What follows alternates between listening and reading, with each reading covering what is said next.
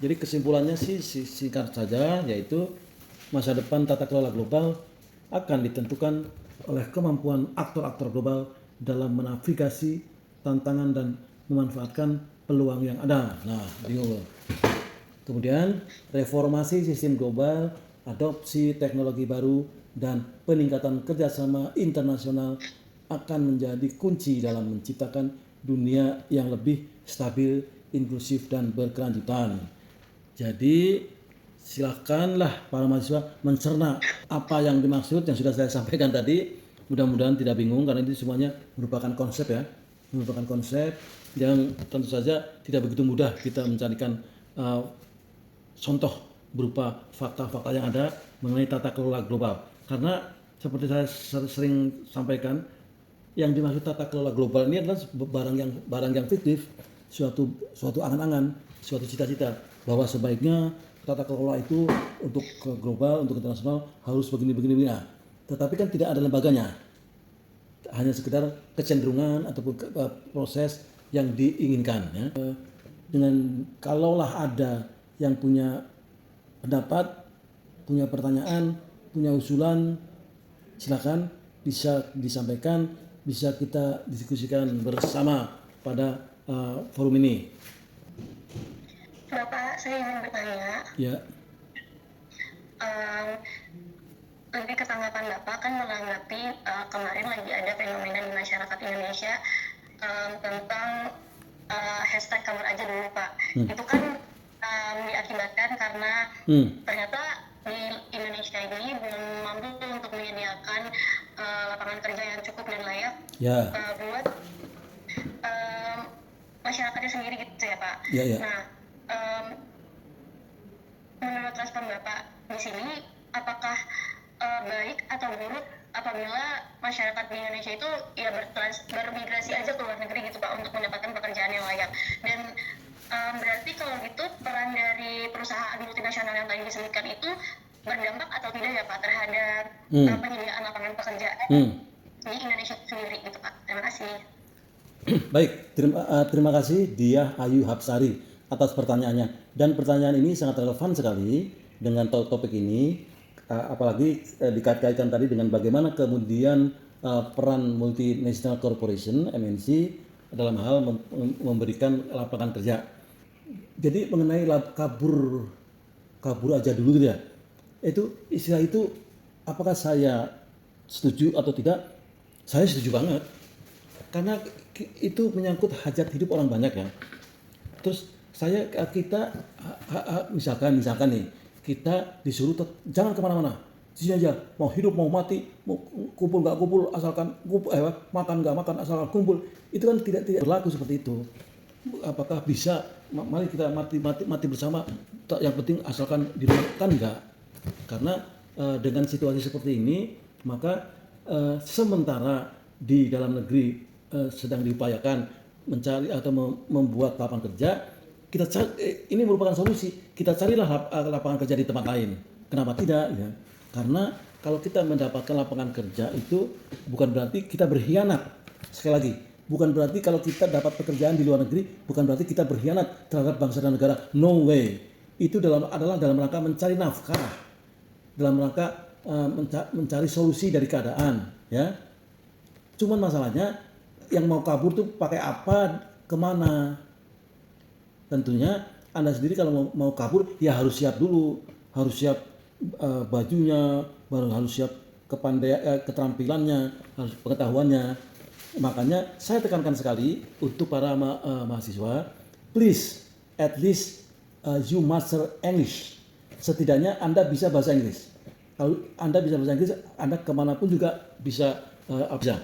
Nah, tadi terkait dengan keberadaan MNC, ya itu betul dia, bahwa salah satu alternatif atau opsi yang mungkin kalau kita mau kerja ya kita nyarinya pekerjaan multinational corporation, karena dari segi sifatnya multinational corporation itu memang dia itu menampung berbagai jenis warga negara. Kalau Anda mau bekerja di perusahaan negara tertentu, katakanlah Jepang atau di Inggris, ya nggak bisa, karena itu pekerjaannya tetangga. Anda bukan warga negara sana. Jadi yang paling Anda bisa adalah kerjanya di multinational corporation. Bagaimana caranya melihat ada perusahaan itu multinasional atau bukan? Jangan bingung-bingung. Ketika Anda melihat bahwa seorang atau sebuah perusahaan merekrut semua warga negara, itu pasti multinasional. Nggak usah dibingungkan dengan itu. Nah, karena itulah kemudian makanya please ya, bahasa Inggrisnya aja lah, bahasa Inggris Anda perdalam, sehingga jalan masa depan bisa lebih terbuka lebih besar. Anda katakanlah Anda nanti setelah selesai dari Politeknik LAN, kan tidak harus punya keinginan untuk bekerja, bisa jadi juga Anda ingin kuliah lagi. Ya kalau kuliah lagi, saya harapkan secara pribadi janganlah punya keinginan yang terlalu sempit. Saya mau kuliah lagi ya di LAN lagi gitu. Bila perlu Anda punya keinginan, punya cita-cita, saya mau S2 di Inggris, saya mau ke S2 di Jerman, saya mau S2 di Jepang. Why not? Karena kesempatan itu terbuka sekali saat ini. Terbuka. Anda kalau rajin lihat di internet, bukan hanya lihat-lihat yang yang drama-drama Korea itu doang. Kalau Anda lihat di internet mengenai tawaran-tawaran beasiswa, kepengetahuan, itu Anda lihat betapa banyak sekali universitas-universitas yang memberikan kesempatan beasiswa kepada negara manapun secara gratis, ya. Dan seleksinya pun ya bervariasi sih, tapi banyak sekali seleksi-seleksi yang orang lain ngelihatnya hebat, padahal seleksinya nggak ada apa-apanya. Jadi saya pernah cerita belum, ada seorang anak di Denmark, saya itu lagi di Denmark saya lagi tugas di sana. Dia ngambil S2 di Copenhagen University, S2 ya. Terus yang saya tanya, ketika saya tanya, kamu bisa dapat beasiswa di sini sih, kan jauh dan jarang orang yang mau ke Denmark. Dia hanya cerita, Pak, saya setelah setelah S1 saya itu lagi kerja di perusahaan. Nah, di kantor saya pas iseng-iseng buka internet, ada pengumuman beasiswa Denmark. Ya udah, tanpa pikir panjang kemudian saya daftar, dan saya nggak tahu kok nasib saya seminggu kemudian saya langsung dihubungin oleh universitasnya, terus diminta wawancara. Kemudian wawancara dulu pakai Skype apa ya, wawancara. Setelah wawancara terus udah besoknya saya disuruh nyiapin persyaratan, suruh bikin paspor, visa lah, dan juga kemudian ijazah dan sebagainya. Jadi prosesnya itu tidak rumit sekali, tidak rumit.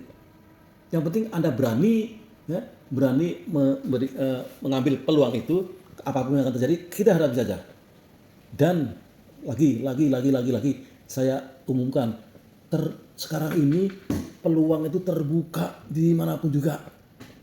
Jangan hanya habis S1 atau S2 Politeknik kemudian punya cita-cita mau usaha di Bekasi, ya terlalu sempit ya. Anda harus punya, apalagi sebagai generasi muda tuh harus punya cita-cita yang lebih tinggi, lebih luas, lebih jauh gitu.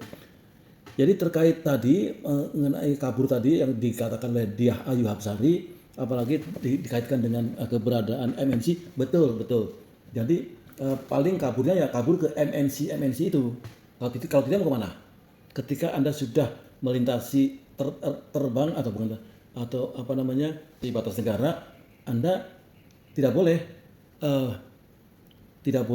mengganggu negara lain, dalam arti ke perusahaan lain, nggak bisa, pasti ke MNC gitu ya. Dia terima kasih sekali, dia silakan kalau ada yang.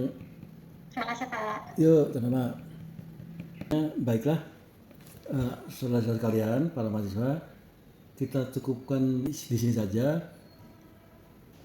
kuliah kita yang bertopik mengenai aktor tata kelola global, MNC dan masyarakat ya. Mudah-mudahan bisa bermanfaat bagi semuanya. Saya harapkan semuanya tetap sehat walafiat dalam lindungan Allah Subhanahu wa taala. sehingga bisa melaksanakan tugas-tugas kewajiban-kewajiban harian baik hari ini maupun selanjutnya, tetap bisa punya kesadaran untuk memberikan tanggung jawab terhadap sesuatu yang sudah diemban. Terakhir saya menyampaikan mohon maaf apabila ada yang kurang berkenan. Billahi taufiq wal hidayah. Wassalamualaikum warahmatullahi wabarakatuh. Dengan ini mata kuliah saya tutup. Terima kasih Pak. Terima kasih Pak. Yuk, makasih semuanya.